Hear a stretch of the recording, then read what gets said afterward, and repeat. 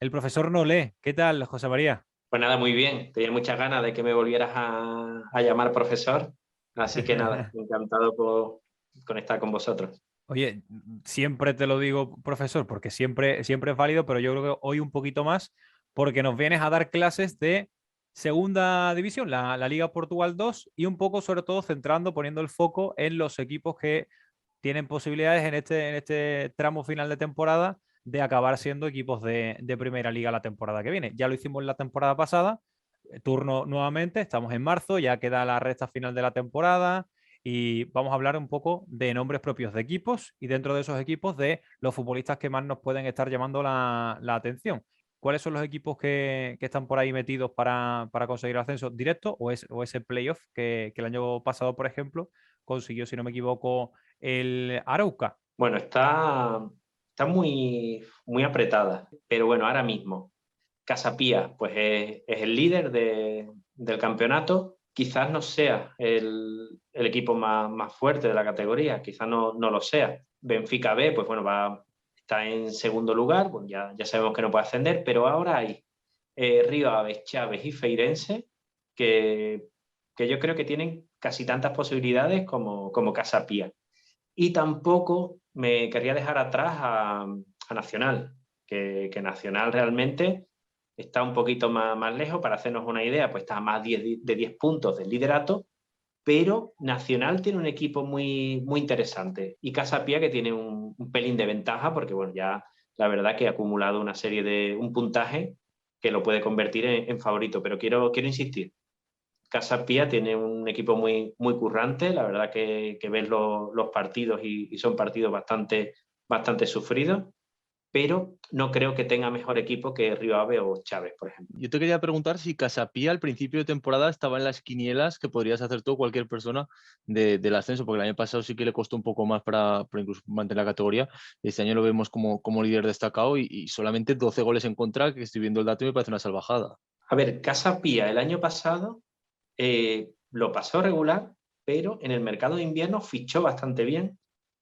A mí me sorprendió los fichajes que hizo Casapía. Tiene un perfil de jugadores que conocen bastante bien la categoría, de gente veterana, de jugadores con experiencia internacional, de jugadores que han jugado en España, como Vasco Fernández, de Muscat, que es internacional con Malta, es internacional con la mejor selección de Malta de su historia. Ha fichado jugadores talentosos, ¿no? Como Afonso Taira, que si hace Sí. 8 o 9 años nos dicen que Afonso Taira va a estar jugando en la segunda liga, pues bueno, hubiera sido algo difícil de creer, ¿no? Pero bueno, jugador que no ha perdido la calidad que tiene y la importancia que tiene. Leonardo Lelo, que es internacional sub-20 con Portugal jugando en Ollanense. O sea, realmente han sabido fichar.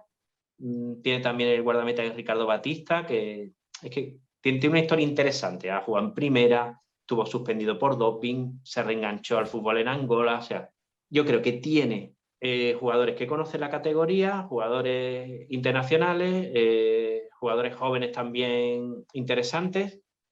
En ese sentido, vale, sorprende porque es Casa Pía, ¿no? Pero si miramos la composición de la plantilla y cómo terminó la temporada del año pasado, pues bueno, quizás no sea una sorpresa, pero respondiendo a la pregunta, si me hubierais preguntado a principio de temporada, no hubiera dicho, Casa Pía favorito, no. ¿Cuál es el futbolista de Casa Pía que más te gusta, el que más te atrae cuando juegas y el que más te estimula? De Casa Pía, Lelo.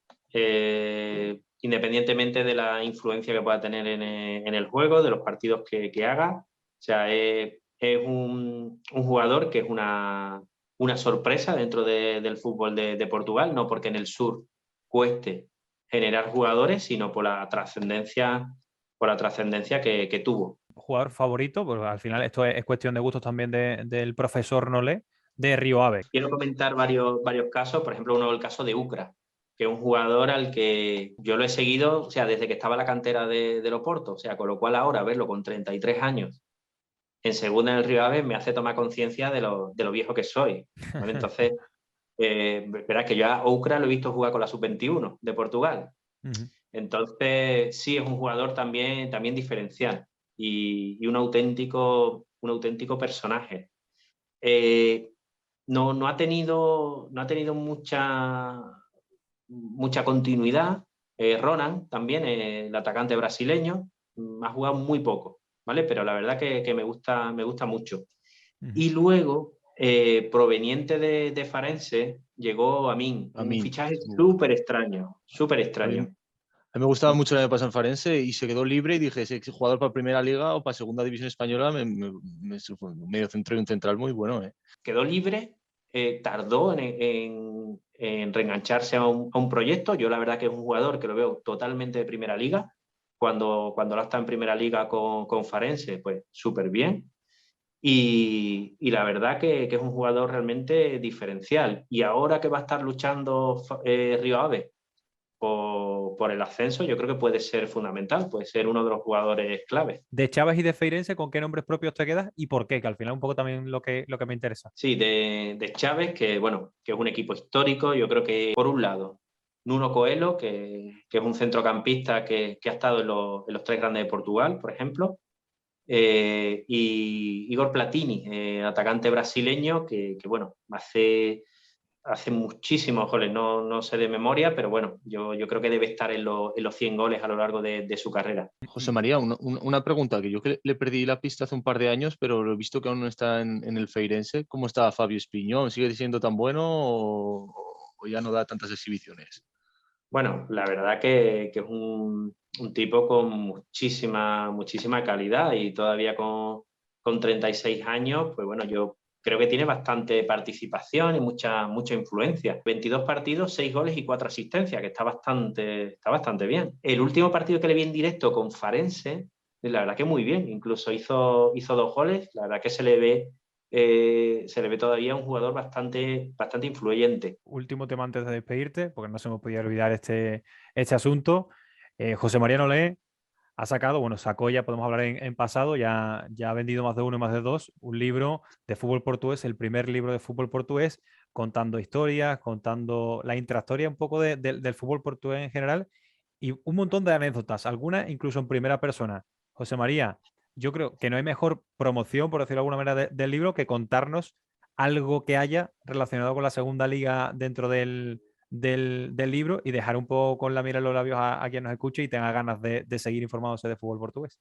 Bueno, pienso que quizás el ratito que tuve con Vítor Oliveira, hablando precisamente de sus ascensos, bueno, tiene un sinfín de ascensos a Primera División. Algunos, pues bueno, por ejemplo, desde el primero hasta el segundo, pues 28 años de diferencia, los dos con Paços de Ferreira. Y él, por ejemplo, bueno, pues hablaba mucho de cuál era la receta, ¿no? para poder ascender a Primera División. Y sobre todo, pues bueno, aparte de comentar algunos casos pues concretos que recordaba él con más cariño, como el de Leixoes, que es el equipo de su corazón, o el de Portimonense, o como digo, el primer ascenso, pues hablaba que algo muy importante que hemos comentado en el caso de Casapía, que aunque comento que no es en mi opinión, el mejor equipo, pero realmente Vítor Oliveira hablaba de que era muy importante tener un técnico que conociera el fútbol portugués, que conociera la categoría, y luego un grupo de jugadores que también conocieran la categoría. Él prefería, antes que un jugador que hubiera demostrado calidad en primera división, un jugador que la hubiera demostrado en la segunda liga. Es una competición más larga que la primera liga, mucho más igualada, y que en el fondo conocer cómo las peculiaridades que tiene esta categoría es decisivo. Y él hacía muchísimo hincapié en esto.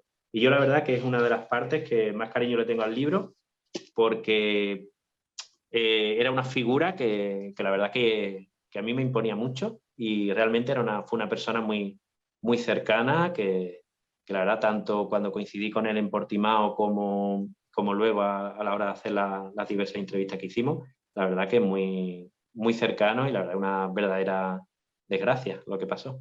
Para quien, bueno, por si hay alguien que esté un poco perdido y que no conozca a Vítor Oliveira, que imagino que dentro de este podcast pocas personas habrá que no conozcan al bueno de Oliveira. entrenador mítico del fútbol portugués, de estos que se quedan en el legado, en la historia. Falleció hace un par de años, año y pico, 2 años, de una manera, bueno, repentina, inesperada para todos. No era muy mayor, era mayor, pero no era mucho, por decirlo de alguna manera, no le tocaba, ¿no?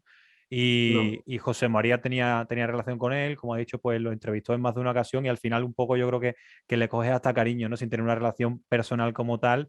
Y bueno, que al final también, por lo que comenta de segunda, es un entrenador que consiguió varios ascensos y nadie mejor que él que pueda dar la fórmula del ascenso. José María, no me queda otra cosa que darte las gracias por esta charla de fútbol portugués de verdad, de barro, de segunda liga. Muchas gracias, José María. Nada, muchas gracias a vosotros por invitarme.